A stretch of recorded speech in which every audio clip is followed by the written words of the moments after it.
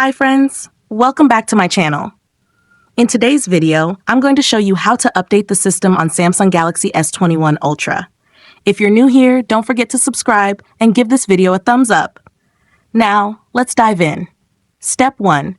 First, unlock your phone and open the Settings application. This is where you can find various customization options for your device, including display settings, security settings, and accessibility features. Step 2. Now, locate the search icon in the top right corner and tap on it. The search feature makes it much easier to find specific options without having to scroll through multiple menus manually. Step 3. In the search bar, type Software Update and wait for the results to appear. This section contains all the settings related to keeping your device up to date. Step 4. After performing the search, find the Software Update option in the search results and tap on it.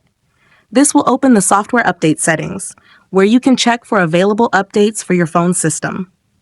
Step 5. For the last and most important step, tap on Download and Install to begin the process of updating your phone.